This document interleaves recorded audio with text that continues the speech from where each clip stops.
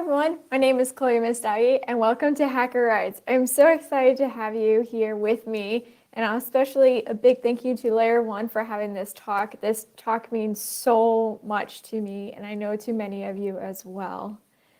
Let's begin. I first want to say that this talk is completely dedicated to all the hackers who've been scared to disclose, to all the hackers who've been prosecuted for trying to do something good, or actually just doing their job, let's be real. And to all the people who are in the fight to bring rights for hackers. There are so many people behind scenes that are trying to change legislation, change the media and how they portray us.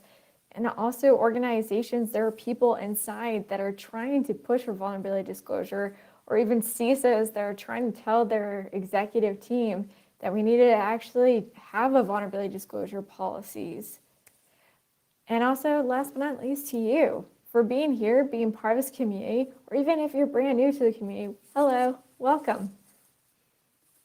For those that don't know who I am, my name is Chloe Messdaghi. I'm the co-founder of Hacking Is Not a Crime. We also go by HiNack, which you probably see right below. But I'm also the co-founder of WOSEC and the founder of We Are Hackers. Besides all that stuff, my side job these days is basically a growth strategy consultant. So I basically am trying to bring changes to the tech world, and that's through strategies and growth solutions to help empower organizations, but also to push out their products that actually work very well. But the thing I love the most is being in my hacker community and also being part of the InfoSec community by large. That is my URL. Feel free if you want to learn anything about me, I'm right on there. And also my Twitter and Instagram, my DMs are always open, and feel free to follow me. All right, let's get into the good stuff now. The reason why you are here today. And before I begin, of course, I just want to tell you, if you don't know what Hacking Is Not a Crime is, this is the time to learn. So Hacking Is Not a Crime, or we also go by HiNack internally, is basically, it's a nonprofit of a bunch of hackers in the community that are trying to change how the public perceives the hacker community. And that's what I'll be diving into about this conversation in this talk, I would say. It's more like a conversation between you and I. And that's about what we need to do about the public perception and how that's impacting us in a very bad way.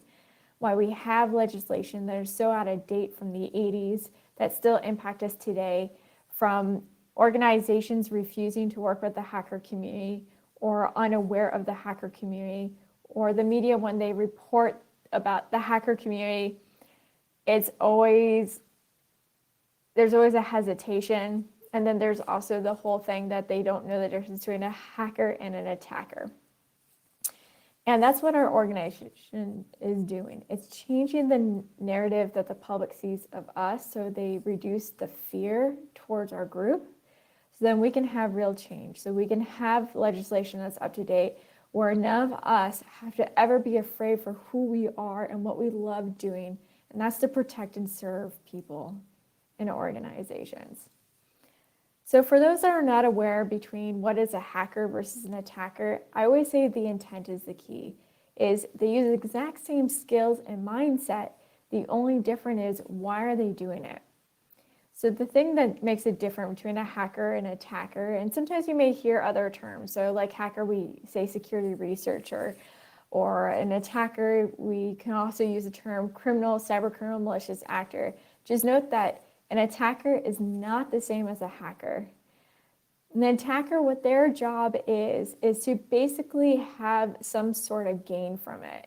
And the gain itself is something of a criminal intent, meaning they exploit without permission. They're using their skills to hurt and extort. A hacker uses their skills to keep things secure. They don't extort. They always stay within scope, and they exploit with permission only. So that's the two differences. And yes, we have people in the community that are somewhere between, and that's okay. But the thing is trying to get us as a community to become a hacker community. I think that's the thing where we need to go more. But if you're wondering, where are we standing today in the hacker community when it comes to how the public perceives us? Spoiler alert, it's already have a nice little emoji on the screen. It's not a great picture. One of the ones I love to always go into is the story about Kevin. So Kevin came across a brand new bug bounty program that was run in-house with DJI. And when I mean in-house, that means it's a bug bounty program that is not basically supported by a third party like HackerOne, BugCrowd, Synack. It's more of someone inside the company managing and executing this program. So when a hacker reports a vulnerability, that company will use their program manager to be able to pass it forward and ticket it to the correct people and to have communication with the hacker that is submitting the vulnerability. The difference here in this situation is that when DJI created it, they didn't do too much research. And you do find this quite a bit when a company is like, I'm going to just do my own bug bounty program or my own vulnerability disclosure program. They don't really know how much work it is. First of all, you have to be up to date on everything. Second, communication is vital. It's very important. And what happened with Kevin was that there was a red flag in a sense that when he asked for, he wanted to ensure that everything that he would do when looking at what's in scope is within scope. He sent an email to DJI's bug bounty crew and asked, hey, I just want to confirm that this is all within scope. And it took them 2 weeks to respond to confirm this already existing list that's published on their site. So that could have been a red flag there, but it was not. Because it does happen. When we communicate and share, hey, I found a bug, sometimes we don't hear from them for a while, or maybe it's ignored. And so that could have been the case with him. But they did come back, they said, yes, that is true, that's what's in scope. He's like, great.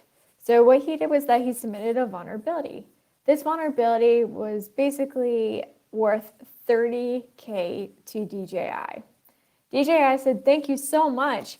Here's $30K. However, before receiving it, we need you to sign this contract.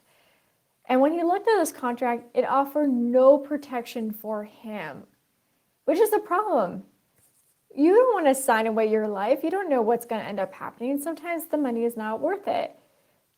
And I know for some of us, we're like, yeah, but $30K. But to be real with you, what's more important? Being protected, knowing that you will not face jail time or basically someone coming after you time? No. And so that's what he did. He walked away from $30K. And it was like, okay, moving on with my life. However, DJI internally freaked out. They panicked. And they said, you know what? This guy's a troublemaker. We need to go after him. And I'm not making that up at all, because what happened was that when they sent him an email to threaten him with a lawsuit, he was attached to an internal chain within it, and he saw that they literally saw him as a PR threat.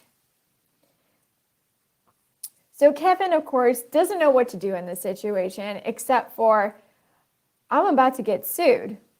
And yes, they handed this that you see on the screen to him, threatening him with a lawsuit connected to the CFAA. And if you don't know what that legislation is, I will explain it to you later in this talk. But basically, they wanted to prosecute him. Even though he stayed within scope, didn't exploit, followed all the rules, communicated well, they saw him as a troublemaker. Kevin then decided that he would post all communications in a blog post. And you can see the blog post right there. And let's just say DJI backed up, and they realized, well, I hope they realized that what they feared, that was something that they created. If they just left him alone, this would have not been a problem. But this is what I'm talking about, is that the current landscape today is terrible for hackers in many ways. We don't have any protection. And when I say hacker rights, I hate to break it to you, if you don't know this already by now, we don't have rights. We have no protection whatsoever. We do everything out of good faith. And we're hoping that that party that receives the vulnerabilities, or when we report something, that they have good faith with us and within themselves and their organization. So how do we fix this situation? Well, like I said, one of the things we need to do is influence the public cycle. In other words, change the public perception of who we are.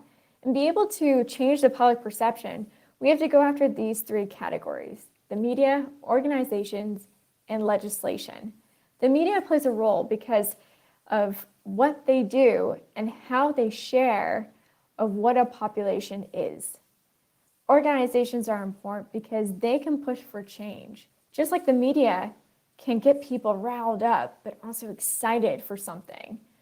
Media and organizations do impact legislation, and legislation impacts organizations and media. All three of them are interconnected. So in able to influence the public cycle, you can't just focus on one. You have to focus at all three directions. So step one, how human behavior works. And this is the reason why I want to bring this up first, is because of human behavior. Human behavior is the reason why we have perception and how we see each other. So I want to dive into a little bit there for us to dive into cognitive science on how your brain operates, but also how it's wired in a way where we're always going to have biases by what we're being told. So, first thing you should note is socially constructed beliefs. These are basically beliefs that you grew up with, in a sense that it's part of your essential being. So say, for example, that when you are little, you're told that like people with pink hair are dangerous. Or you turn on the TV, who's always the dangerous character in the show or the movie? The person with the pink hair. You have a teacher who may say a side comment saying, oh, pink hair people, they're dangerous, they're criminals. Or say, for example, you have an uncle or an aunt or even a brother and sister that turn around saying, well, pink hair people are dangerous. You have to be careful of people with pink hair. And you're probably wondering, where did this stem from? Well, this can stem from many different places, but most of the time it stems from like books, movies, and opinions of others around you when you're growing up. And that's what socially constructed beliefs is, the idea that has been created and accepted by people in society. In other words, they're also stereotypes, and they're not always true. If anything, most of the time they're not true. They're false assumptions of what is going on around us, and we put things into pretty little boxes to make it simple for us to digest and understand everything around us. When in reality, life is not so black and white. It's all shades of gray. And that's why we're going to talk about how this happens. So how do you get socially constructed beliefs, and how important are these socially constructed beliefs to your being? Well, first things first, your brain. Now, what you're looking at in this photo is inside the temporal lobe. There's a part of the tissue called the amygdala. The amygdala, if you may have heard of, is called the fight versus flight. But the other thing you should know, it's not just a fight versus flight. It's also to stand still. In other words, you freeze. So there's another thing in there that no one talks about, but you also may freeze at the moment. But it's completely subconscious. What this mechanism does is basically using your memories, and it's telling your brain of, hey, warning, warning, danger. Basically, anytime that you may feel afraid or scared, it's probably because the amygdala alerted the prefrontal, and by probably, it did. So, remember my example about like as a kid, say that you heard people with pink hair are dangerous people. And so people with pink hair are dangerous. So say, for example, you're walking down the street and someone with pink hair is behind you. Your amygdala is sending a warning sign, saying warning, warning, danger to the prefrontal cortex to let it know it needs to act. Now remember, this is completely subconscious, so you have no idea of that this is happening. However, you have to verify this signal. So the warning goes to your prefrontal cortex of your brain, And from there, it says whether or not to relax or to take action. And then it'll send the message back to the amygdala, and amygdala lets other parts of the brain know. So going back to the thing, there's someone with pink hair behind you. Your amygdala sends a warning to your prefrontal cortex saying, warning, person with pink hair is behind you. Do something. The prefrontal cortex comes up with different things that it can do, all the various different actions. It uses theory and logic to be able to figure out what's the best way forward, what is the best decision here, or what's the best action to take. So in your prefrontal cortex, you're like, okay, so the person with pink hair is behind me. I have a couple options here. Since they're dangerous, as I know, and I've been told in the media and also from friends and family, all right, this person is dangerous. There's a high chance this person is dangerous. So what you do is you're thinking, okay, I can cross the street. That's one way.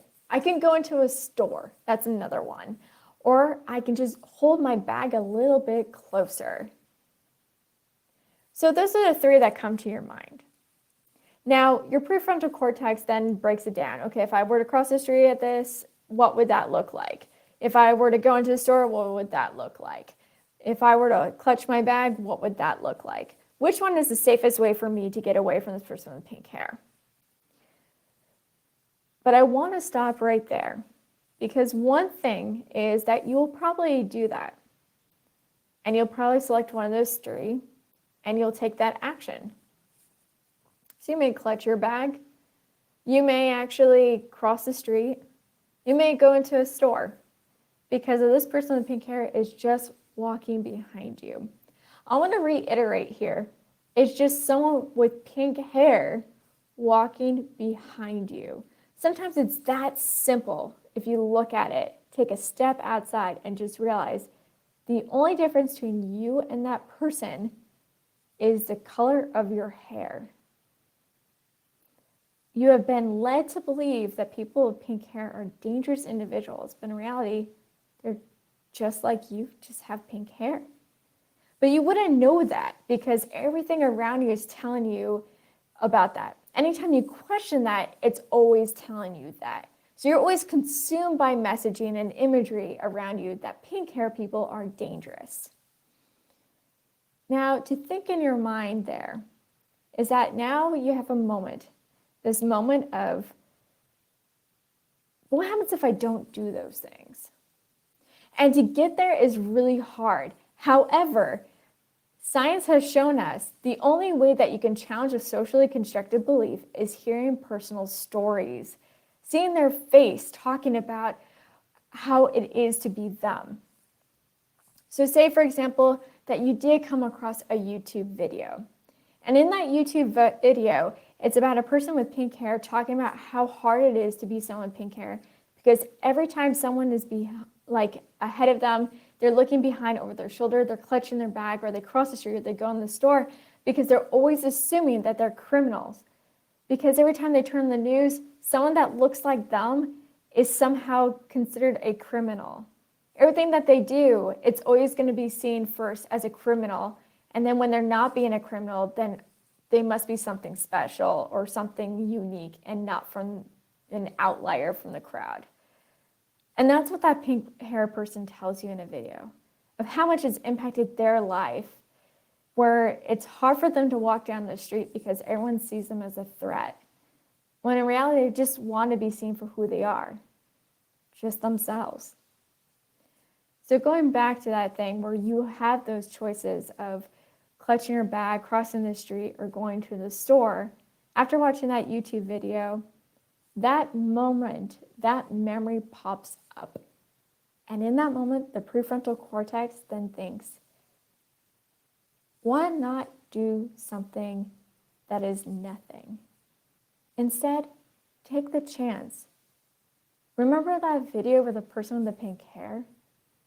Remember how painful it was for that person, and when they explained it, how hard it was to exist in a world where everyone sees you as a criminal. Now, the thing to note about that is that When it comes to any stereotype, we are always have the choice. Once that message from our amygdala is like warning, warning, danger, like stranger danger, goes to the prefrontal cortex, you are now using logic and reason to take an action. But that is the moment where we look at ourselves and to be like, what should I do? And what is the best path forward?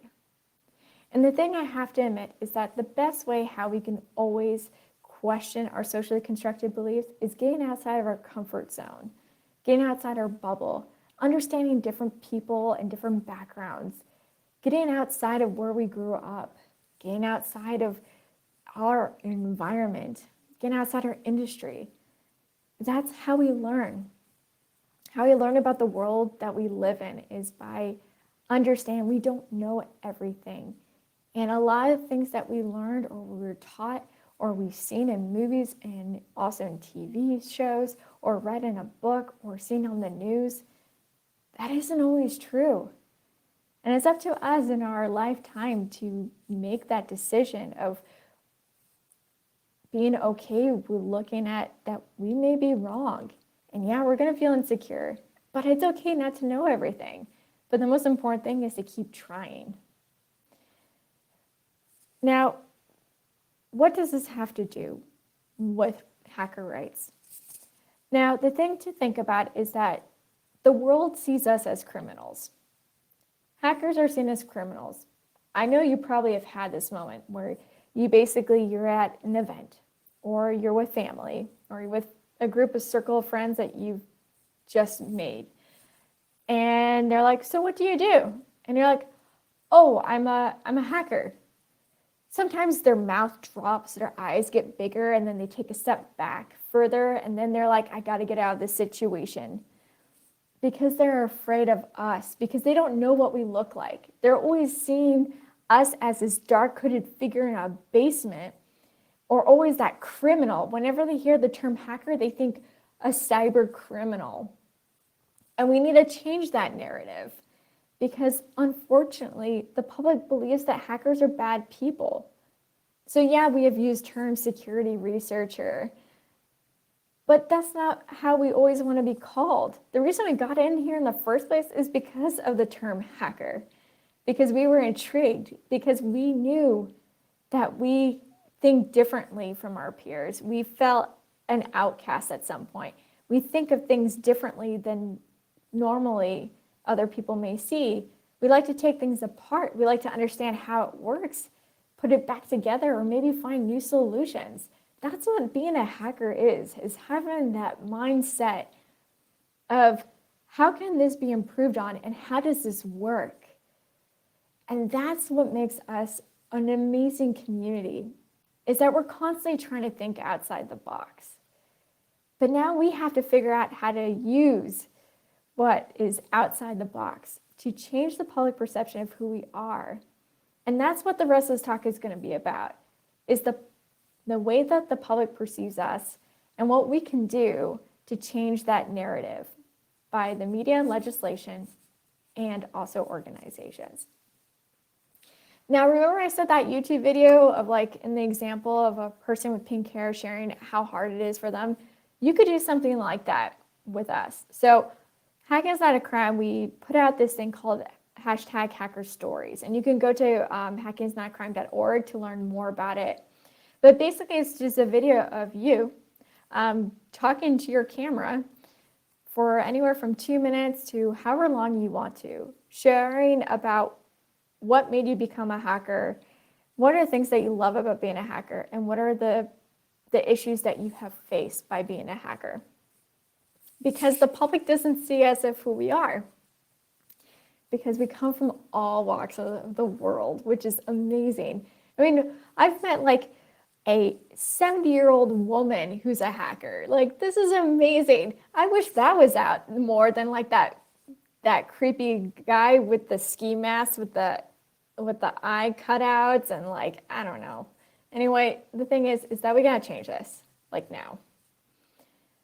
And that's what we're gonna talk about, is how to influence the public perception of hackers. Because As you've learned from previously, is that socially constructed beliefs stem from the media. That means your movies, your TV, what's on social media, what you read in books, what you read in the news. That is the media. Because it's through imagery that we see when we do a Google search, or when we go to articles, or when we see a special CNN special on hackers in the community, or hackers on the election security, and it's dark hooded figure and a bunch of random digits all over the place, and this really deep dark sounds in the background. You know what I mean. Anyway, it's hysterical, but it's also sad because people see us as this. But also, it's the terminology that is being used. Because they don't know the difference between a hacker and attacker, they keep using the term hacker. And even when they do know they're supposed to use the difference of the two, they choose not to because they're worried about the readership. So this is another problem on top of it. So the imagery and terminology keeps being cycled with the same stuff, even though they know that's not supposed to be like that because of the viewership. But the reality is that we have to reinforce that it does hurt us, and we have to let them know. We need to let the public know, outside of the media and within the media, that there is a huge difference between us, because we get stuff like this on the news. It's not a hacker that threatened to leak patients' therapy notes. Hackers don't do that. You know who does that? Attackers. That's what attackers do. And hackers definitely don't turn your home computers into a bomb. Come on now. So we need to correct them nicely, because majority of the time they really don't know. So how do you change that situation if you are a reader of a post on social media, or if you read an article? First, remember to be kind. They do not know better because they've believed into those socially constructed beliefs that hackers are criminals. So the best way how to do it is to DM them or to comment publicly. Remember, once again, to be nice. You will never get anything out of someone through anger. You will only get something out of someone if you're genuinely nice and kind and trying to understand. In other words, having empathy. And then right when you do comment publicly, make sure to tag Hack Not Crime so our advocates can also support you at any time, or if the journalist or editor wants to ask further questions about it, then they can loop us in so we can help you out. Don't go at it alone. The one thing I can tell you from my experience through all this hacker right stuff is don't do it by yourself, ever. It's really hard. So these are some examples of how you can call it out on the news. For example, letting them know, hey, in your article when you said that a hacker did these, that's not a hacker, that's an attacker. Hackers are like this.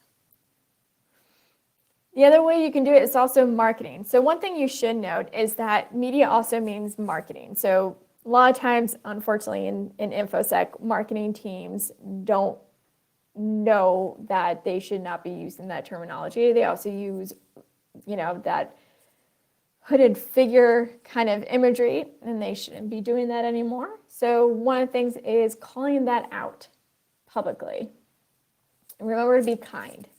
The other way is, once conferences are back in person, is to actually approach their tables. I have done this in the past, and ask to speak with someone on their marketing team, because there's always someone on the marketing team at a booth. And then tell them that, hey, the image that's on the outside of this, or your document says hackers, did you know that I'm a hacker, and this is what a hacker also can look like? And they don't know that. That's the craziest part of this all. They don't know that. And so it's so important that we call it out so then they're aware of it. But remember to be kind about it, because you don't want to embarrass them either. You just want to have a healthy dialogue. And then when they get it right in the news, or when marketing does it well, give them kudos. Be like, hey, thank you so much. I love it when I see someone does that. Now, the other thing you can do is, if, for example, we did this one for New York Times. A bunch of us came together and we decided to send a letter to the copy desk at New York Times, letting them know that their articles keep stating hacker instead of attacker, and it really is hurting us. And this is what we sent them. And we keep on doing this too, and we're going to keep on doing this until they finally agree to it. So that is another way how to do it, is to send a letter to the copy desk. And if you need help on that, feel free to reach out to me. I'm more than happy to help out. Now, the other thing to do is that if you are someone who talks to the press ever, or someone who is, publishes blogs or anything like that, it's really important is that when you are talking to a reporter or an editor, or even in a message to a journalist or an editor, make sure to always let them know and remind them, hey, by the way, when you report this story, it's really important that you use the right terminology, that this is about attackers, not hackers. There's a huge difference, because hackers are not criminals. Hacking is not a crime, and yet it keeps being seen so. So we really appreciate it. If I'm participating in this, is to please do that. And then also, when they're ready to record your conversation or record your comment, make sure to use the right terminology. And please, if you're ever on camera with anything that's outside of InfoSec, please don't wear a hoodie, especially if you're talking to the press. You know what you should do? Wear a suit and tie, or wear a dress, or you know what? Wear something that they would never think a hacker would wear. Please don't wear a costume though. Just don't do that. Please don't do that, because they already see that quite a bit. So the thing is like, dress up totally different than what they think you would wear. Dress up like you are a suit and tie or an executive at some tech company. Yeah, you could wear a t-shirt, I guess. But that's the thing, is like, we need to change the way that people are seeing us too. So we can start doing that by wearing a tux if you want, or like wearing a suit and tie, or wearing a dress, or wearing a nice dress shirt. People get a kick out of it. Because the results of the media, to be honest with you, is that it has impacted our community in so many ways. The first thing first is that 94% of the Forbes Global 2000 still don't have any vulnerability disclosure policies. That in itself is just disturbing.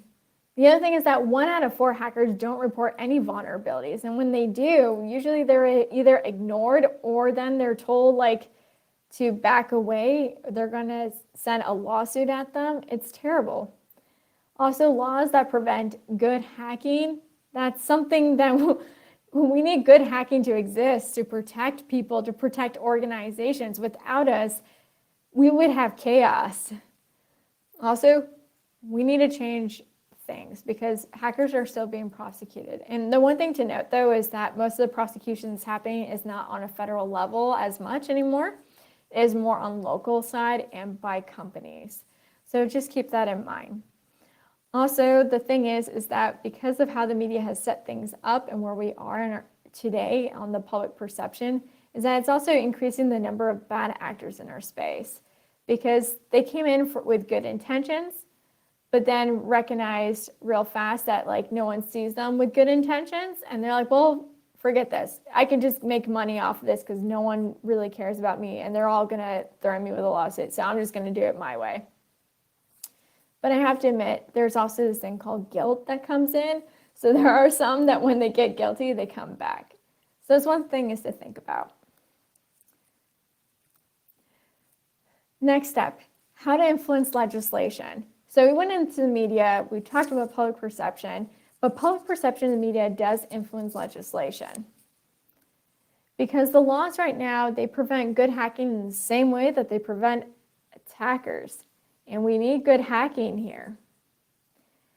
Because there's this thing called the Computer Fraud Abuse Act, the CFAA. And this was founded in the 80s. And basically how this came about was that Ronald Reagan, he went to a special screening of War Games, which I absolutely love that movie. But I have to admit, I'm also a little upset at that movie, because that was the movie that he watched. He went full panic mode and was like, we need to shut those hackers down. There is no good hacker out there. We need to have something created. And that is how the CFA was created. Welcome to my History 101 on hacking. And so this has been an issue because it's been misused by prosecution, especially by corporations and local governments. It's also extremely vague. So this could be used in many ways to prosecute a hacker even to the full extent. Also redundancies. You can basically be charged over and over and over for the same crime. And that's another problem. So the CFA has been around before Y2K, and it's exactly the same since then. Like there has been no changes or updates on it. And we are now in what year? 2021? So yeah, things need to change clearly. Because the reality is that people are getting hurt all the time by it. The CFA is the thing that hurts our community so much in many ways. Yes, granted, we do need legislation that protects the good guys from the bad guys. Don't get me wrong, but the reality is that it's hurting the good guys. And this is a problem. For example, Aaron Swartz. Aaron Swartz he went into JSTOR and downloaded a bunch of different articles that was basically backed by taxpayer research funds. He wanted to make it publicly available, and he got slammed for it. He got attacked by it. And what ended up happening was that he was looking at a 17-month legal battle with charges of 35 years in prison. I want to just pause there. Did you know that for a murder case, it's 25-year minimum, but yet he was facing a 35-year minimum? It's not like he hurt someone physically. It's not like he damaged someone at all, but yet 35 years for articles that were funded by American taxpayers? Yeah, granted, he should have not, granted access without permission. I get that. But 35 years, does that seem even to anyone? Or the fact that he also had to pay like $1 million in fines? This is what he was looking at. He was 17 months into a legal battle that didn't seem like there was going to be an ending anytime soon, with 35 years of prison and $1 million in fines attached to that. I cannot imagine what he must felt like. To feel completely trapped because they were using him as an example to set an example why people shouldn't be hackers in the community. It is so sad because the way how the CFA was written is that it does allow to stack on years and payments for a single crime. And that's the thing, is that Aaron Swartz was looking at a 17-month legal battle with all these other things, unknowing of how long it would be to serve in jail. Also the fact that $1 million in fines, and then also because he thought what he did is something that people should have access to.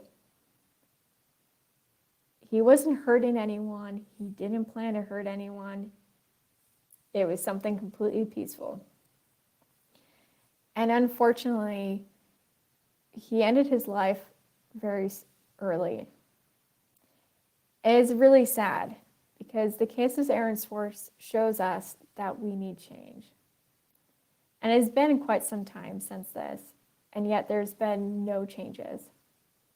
There was something that came about called Aaron's Law, and it was going to fix these problems that the CFA does. So people that have been basically dealing with legal situations in the US, similar to Aaron Swartz's case, would never have to deal with that again. They would still have to have prosecution, don't get me wrong, but the redundancies would be taken out and that the verbiage would be a lot more clear, so it wouldn't be so vague. And the thing to think about, the sad part of it, is that it didn't pass because there are major lobbyist groups, and majority of them were tech companies, that don't want that to happen. Because the CFA is what they use against their own employees if they step out of line, but also for them to protect against hackers. Remember that whole like Forbes Global 2000 list? 94% don't have a vulnerability disclosure policies. It's because there is no bridge between these two parties, the hacker community and them. And this is why legislation has to change, because if legislation changes, then imagine all the Forbes Global 2000 having vulnerability disclosure policies. So we all know what's in scope, what's out of scope, how to report, who to contact. I mean, remember like when you find something and you try to find the person to contact, sometimes it takes hours, days, weeks, and then you just kind of give up. Or when we contact them and DM them on social media, hoping that they will respond, but in reality, who owns that? It's the marketing team. Does the marketing team have connection with security teams? No, usually don't. They don't know who to give that to. If anything, they're like, okay, let's give this to PR. PR sends it to legal team sends it a lawsuit. I mean, that's how it is. We have to find a way where we can communicate with parties because customers need to be protected. And we want the companies to know, hey, we found something that is important to you and your business, and also for your customers. The other thing is that, imagine if all of us could report our vulnerabilities that we find safely. And it wouldn't be just about good faith anymore. It's just because there's something set up, a process where we feel protected and the company feels protected. So it's a really good regulated way. Also, laws that encourage good hacking, because I'm tired of all these people that like end up becoming, changing their shade of the hat that they wear when they're a hacker, because they're just fed up. It shouldn't be that way. Because imagine if they were all on the good side. The other thing is the prosecution of hackers has to stop. It's gone too far, and we're always afraid. And that's why we need rights. We need protection, because we have none. So what can you do in this moment? Well, be bold and kind. Remember, one of the things I will always tell people is to have empathy. Majority of the time, the public perception of the hacker community is that we're criminals, that we're dangerous individuals. Or in the tech world, they think that we're the nerds of them all. Who knows? But the one thing I can tell you is vote. Vote like your life depends on it. When you vote, you're taking a stance. When you purchase something, you're voting. Everything you do, whenever you're basically trading something for money or purchasing something or, signing up for something, you're voting for something. So be aware of that, but also register to vote. There are some people that aren't registered that should register. If you can legally vote, you have no excuse. Get to know your local representatives, in other words. Here you go. Find your representative. That's the other thing. So register to vote, know your representatives, because that's important. Anytime you need something done, contact your representatives. I cannot push that enough. Like in California, a lot of people were dealing with cases of EDD, so our unemployment payment system in California. People couldn't get through. So what did they do? They contacted their local representative. You know what their local representative did? Connected to EDD. You know what they got? They got their money. This is why representatives are really important, because they help us out. Because we voted them in. They also represent the people of their district. So it's so important is to know who your representatives are, because they're also the ones that can push for change. Because when you do that, for example, set up a meeting with them. Set up a meeting and talk about what it's like to be a hacker and why this needs to change, that this should not be existing anymore, that hackers shouldn't be getting prosecuted right now. Hackers should have protections. They're doing this out of good faith to protect and serve. That's all what we're doing here. We need protection. And like I said, don't go at it alone. Contact Hacking is Not a Crime. We'll be there. We will be there for you, because we have to work together. That's the only way we're going to have change. The other thing is, besides legislation, media, remember organizations, vulnerability disclosure, or vuln disclosure, depending on which way you want to go about this. But the reality is, Every single company should have one. And just make sure that if every company has one, go with a platform if you don't have the management or ticketing system in existence or a right way of organizing your company to be able to handle bug bounty or vulnerability disclosure. So always have someone in charge. But there's a lot of programs out there that can help you out. So why vulnerability disclosure? Well, one, it does reduce breaches. And also think of hundreds of eyes, thousands of eyes around the world being able to look for vulnerabilities for you and to catch it. And because the thing is, your security team is going to miss one. That's just a reality. The more eyes you have on something, the more people will catch some faults of it. So why not just make it out there and have something written up where people can understand it? Also, because it allows a bilateral trust between organization and hackers so they can keep security in check with each other. And also, anytime I hear someone say, no, just rely your security with scanners, a part of me curls up a little bit inside. So if you have a vulnerability disclosure policies at your work, here's how you can prove it. One, state what's in scope, what's out of scope. Also, don't write it for attorneys. Come on. None of us read whatever terms and conditions are. Okay, if you do, kudos to you. I'm not going to do that.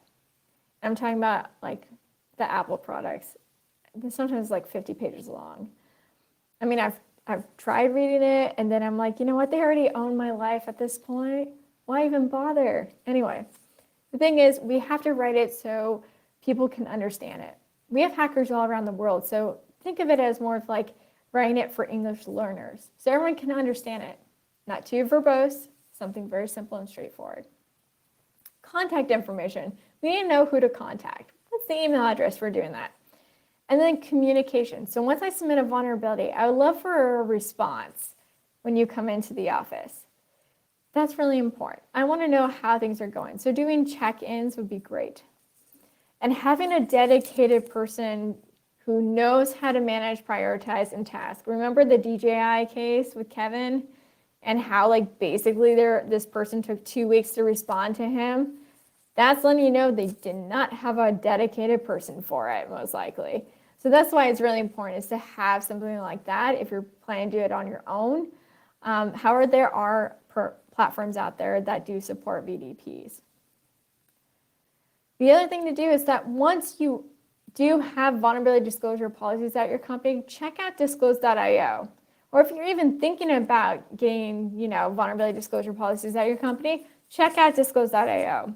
Disclose.io is trying to provide a safe haven, not a safe haven, but basically a safe harbor way of reporting vulnerabilities that hackers in good faith are coming to you.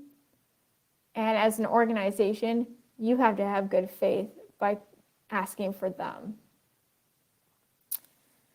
Besides disclosure, the other things that you can do about organizations is to volunteer and give. Give time or give funds if you can, or even call and ask, hey, how can I help you? They love that. So EFF is another one. I'm the Calvary, CertCC, CTI, League, Disclose.io, and Hackers Not Crime. These are all great organizations that you can get involved with because they're all pushing for rights for, guess who? Us. Anyway, summary of this entire talk, you've made it to the end, is get involved with hackersnotcrime.org. We do have advocates in our space. So if you want to become an advocate, feel free to join us. Also, volunteer and support orgs that are working to help the community because we need to come together. Record a video and participate in #HackerStories project because that is how we challenge public perception, is by letting them know what we look like in our story. Our personal stories challenges their socially constructed beliefs, and it reduces the hate that we get. Work with the press and keep them informed. In other words, the press is your friend. Don't forget that. They are your friend, and it's important to let them know that if they're reporting something wrong, good journalists care about that. And remember to always have empathy and be kind. A lot of people don't know who we are, what our community is like. They don't know what we look like. And because of that, they're kind of believing whatever they're being told or what they read about or what they see in movies. And that's not the reality. So remember to be kind. Because the reality is, at the end of this talk, I want one thing for you to take away, is that change starts with you and me. And that's something that we tend to forget about quite a bit once in a while, is that you have an opportunity to make a difference in your life. You can live a life of just living a life, but wouldn't it mean a lot more if you did something with it, in a sense where you're helping others? Because you have two hands, one for yourself, one to take care of another. And last but not least, thank you guys so much for existing. I hope everyone is staying safe. And I hope we can see each other soon in person. I want to thank you. Thanks again to LayerOne for having me. And feel free to follow me on Instagram or on Twitter at Messdaghi. And if you have any questions at all, I'm around for the Q&A. And if you want to ask a private question, in a sense like you are shy to ask a question in front of other people, I understand. I'm exactly that way most of the time. So feel free to DM me. My DMs are always open. And once again, thank you guys so much. And thank you all for existing. Take care. Bye now.